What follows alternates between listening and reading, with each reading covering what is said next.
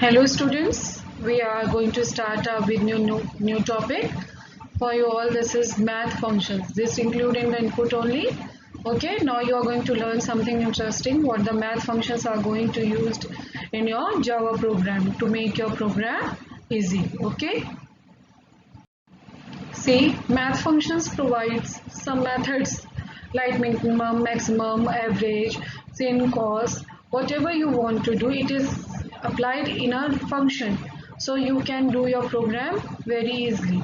Math functions help out you to do some numeric functions very easily, numeric operations very easily. See, here are some what are the syntax to write down math function. Before writing down math function, we use math dot and method name, whatever the method name. Math M should be capital. Always remember that math M should be capital. And always math function is done in a double data type. Always try to use your double data type because its return type is always double in math functions. See, suppose our first function is math.min. See, you have to write this like this only, math.min. What does math.min means? It returns the minimum value. If two values are given, then it returns minimum values.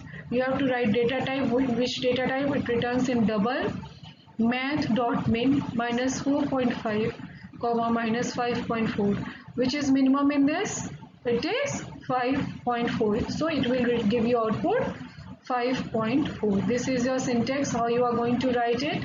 Your function name means math.min, return data type means double, variables means m, function name means math.min, and argument number 1 is minus 4.5 and argument 2 is minus 5.4. Okay, like that. Math.max, it returns the maximum value. In the given example, see, it is also a return type double. As I have told you previously, it returns in double only. Math.max 9.2, 9.45. Obviously 9.45 is your maximum value, it will give you maximum value. Okay, now math.power, it is to find out the power of any value. See, here we have math.power, the function is there 2.0 raised to the power 4.0. It means the first is argument is the power to which we are going to find out, and this is the power of this first data. Okay, so this means 2 to the power 4. It will give you output 16. Okay, it is used to find the power raised to a given values. Now math dot square root, this sqrt, this means this is going to give you square root of a positive number. It gives only of a positive numbers. See, all the return type is in double. The square root of a negative number is just as an imaginary number. It doesn't give square root of a negative number, it will be error. Gives this only for the positive number. Now math.cbrt, it gives you cube root of the number, of the positive or a negative both number. It can give you cube root of the both one. Okay.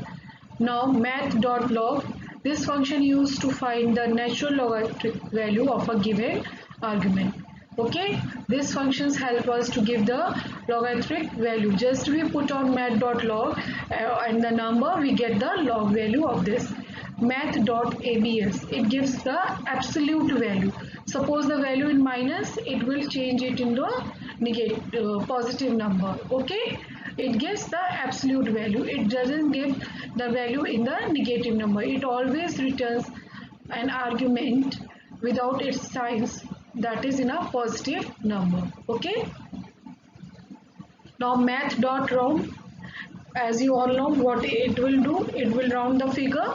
For example, see here math.round, 8.5 will become 9. Okay, and for negative a minus 8.5 will become minus 8. It gives you positive number. Okay, here negative number, it will give you negative value. Here positive, it will give positive. As you all know, If the fractional number is less than 0.5, then it returns the same integer value. If suppose it was number 8.4, then the round figure will be the 9. Okay. Now math.rint, it is also just like that. The function returns the nearest integer of the fractional number. It returns the nearest integer like that. For positive numbers 8.5, it will give 8, and for negative number math.print minus 9.5, it will give you minus 10 value. Okay. Now math.ceil, these two functions generally mostly come in your board. Okay. Math.ceil, just what does it mean? Ceil means to give the higher number and floor means to give the lowest number. Always remember that when ceil comes, it reminds you about your ceiling fan. See your ceil. Okay. Then you will then it gives your above number, and floor means it gives you the lower number. It returns the high integer number that is greater than the equal to the argument. Suppose 8.5 is there, it will give you 9. It will, if it was 8.3 also, then also it will give you 9. Okay, this is your ceil number. And in the mat.floor, it give you lower number. See 8.9 it will give you 8 only.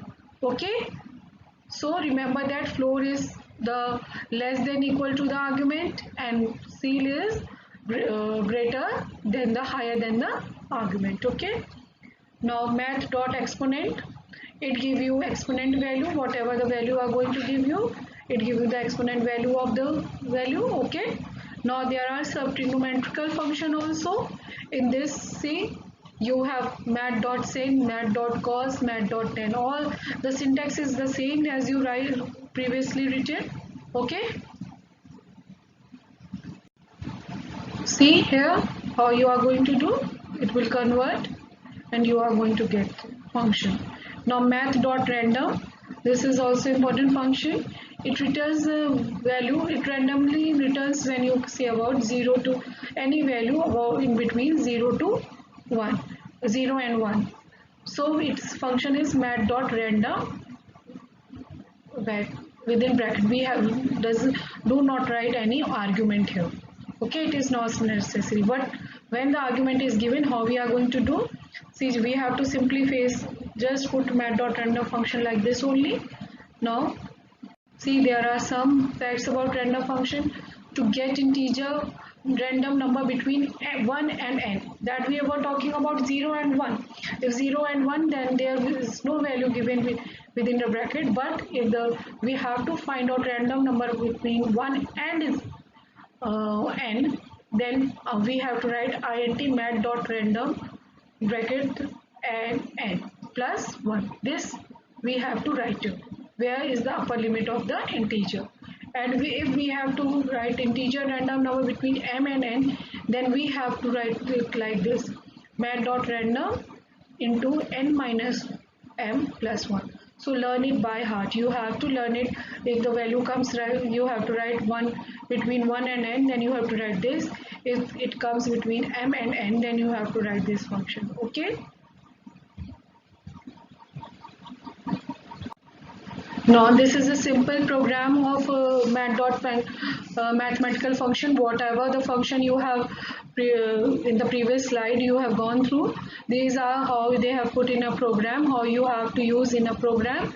See, you all have to write all the notes in the PPT, whatever have been given in your class register, and this program also. And student, make sure that you run this program in your system.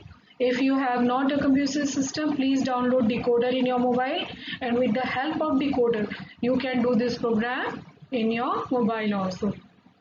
See, all the functions are here given: main, max, square root, cube root, power, absolute, flow, ceil, ring, round, exponent, and log.